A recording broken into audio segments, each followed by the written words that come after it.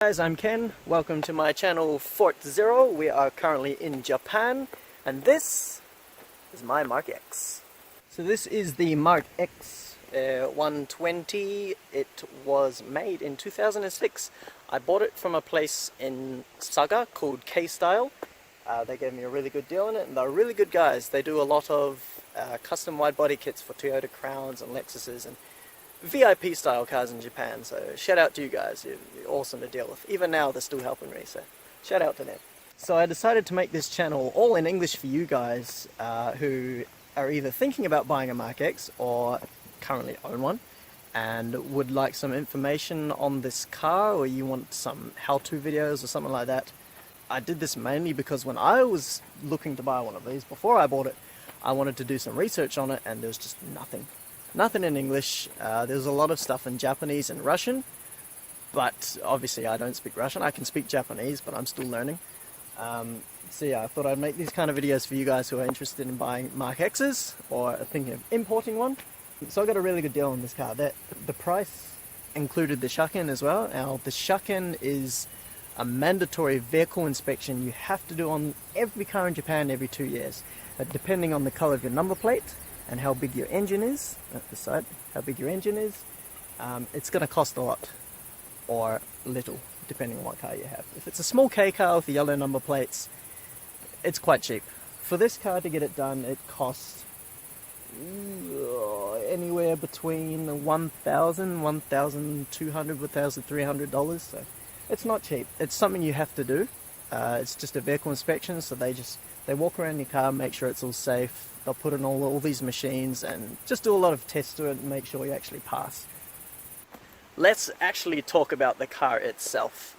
So it is a 2006 model, as I said, 71 litre fuel tank. It has a 2.5 litre double overhead cam dual VVTi V6 engine, and this thing moves. You do not need the turbo to feel the kick. So the engine found in this car is called the 4GRF SE, I believe. As I said, dual VVTi.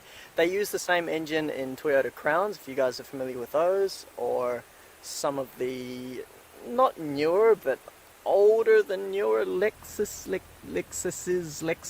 cars. Yeah, English, much good today. さあ、ちょっとだけ日本語を使います。英語を喋れないですから。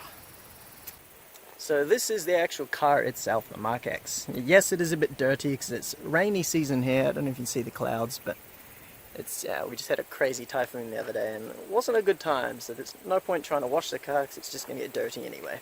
So as you can see, this car is obviously, well, I mean, not stock, but it's mechanically stock for the most part. I haven't done anything to it mechanically. I have opened up the exhaust underneath there, which is a little hack I learned from my Japanese friends here, and basically instead of buying a whole new exhaust system, you find the flange that's closest to the catalytic converter and you open it up and stick something in between so it doesn't close the gap completely, and you have essentially a straight piped car, which is what I had for a while, but it's just obnoxiously loud. So I tried to tape it up, it just blew all the tape off, so in the end I just put some smaller washers in and now it sounds good. Also came with this mean split down the middle. Nah, I did that. We'll get into that another day. So this grill here actually came all chrome. I actually taped it out and just left the outer edge of it chrome and painted the middle matte black. Didn't come out too well, but I'll get onto that again one day. I'm thinking of painting the whole thing black. I'm not too sure, but if you guys have any ideas, let me know. So here, you can't see it now, but well, maybe I should flick them on.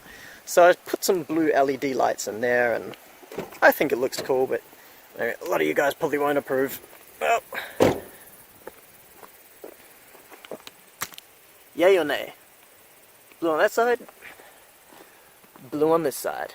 I think at night time it looks pretty cool, and yeah, I got the bride stickers on the side. 5 kilowatt horsepower gain, baby! So this car did come with huge 19-inch wheels on the front, 20-inch wheels on the back, and they had semi-slick stretch tires on them. It was not a good time. Those back wheels, what a nightmare. Those things skidded all over the damn road. It ended up actually getting a giant air bubble in it, and there was a nail stuck in the one actually, this right one here.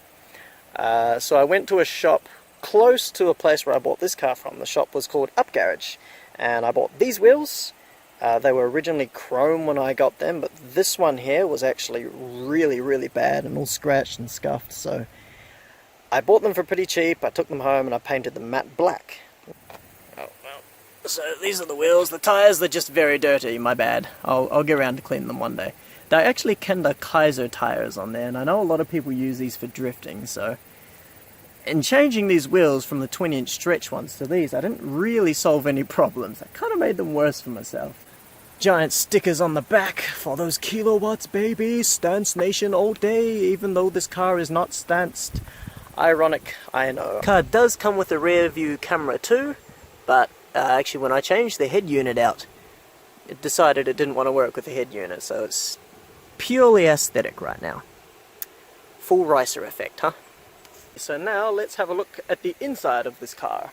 This car did come with some beige white, this kind of color leather seats on them. They were completely ruined. I just took them off and put these on, which I don't like, but I am waiting for some new leather ones. So inside of the car, let me turn this around. This is pretty much the interior of the car. So this is the standard model. It doesn't have all the buttons and stuff here like the upgraded one does, but I kind of like it like this. The simplicity is better than all the new technology and buttons and all that stuff, so I prefer that. These switches here actually, this one is for that blue light outside that you just saw before. This one, if you look down here, chom, blue lights for the inside. Again, full racer effect. Hell yeah.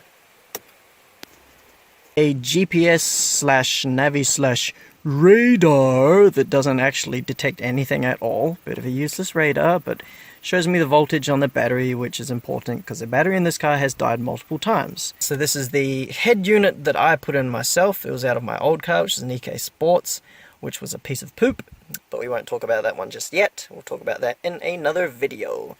So I mentioned before that this one doesn't want to work with my rear vision camera. However, it does have a rear view mode, but nowhere to plug everything into in the back. Yeah, this looks a little bit messy, but this is the auto shift. You have shift lock, you park, reverse, neutral, drive, and it is 6-speed. Power and snow buttons there, but the guy at the K-Style shop said, never use these buttons. In some Mark X's, they have a whole separate actual head unit in this area. So you have like a stereo player down here, and then your head unit, the stock standard one here, which is used for Navi and stuff, up top. In this particular model, this is just a case for all your random crap. Here's obviously just another compartment for all your stuff. Cup holders. This thing is actually quite annoying. What you guys would be expecting is for it to, pull the latch and lift straight up, right? Wrong. Back, then up. And then you try to close it. Oh, it doesn't close. You have to force it closed.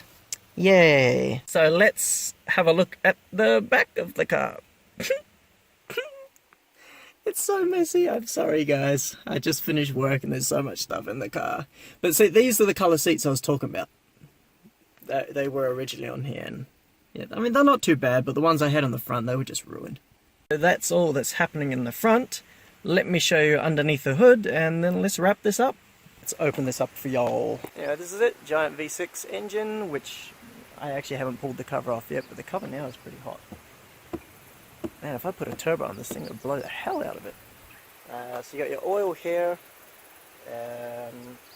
radiator fans in here, some wiring stuff you can see here, the red wires that I've used to actually put the LEDs in the car, battery in the corner there, that one, fuse boxes here. That's all there is to show you, really. You got the air filter, coils and coilovers, which you can see there. That's it for the most part. So I hope you guys learned a little bit about this Mark X today. If you guys have any questions about it or would like to know anything about the Mark X, please leave a comment below or shoot me a message. Next video is going to be of me actually pulling that radio out. The head unit in here, it's not that easy to take out. It's difficult, so I'll run you guys through that, because the only information I could find on that online was in Japanese. So. Not very helpful. We will catch you guys in the next video. Cheers!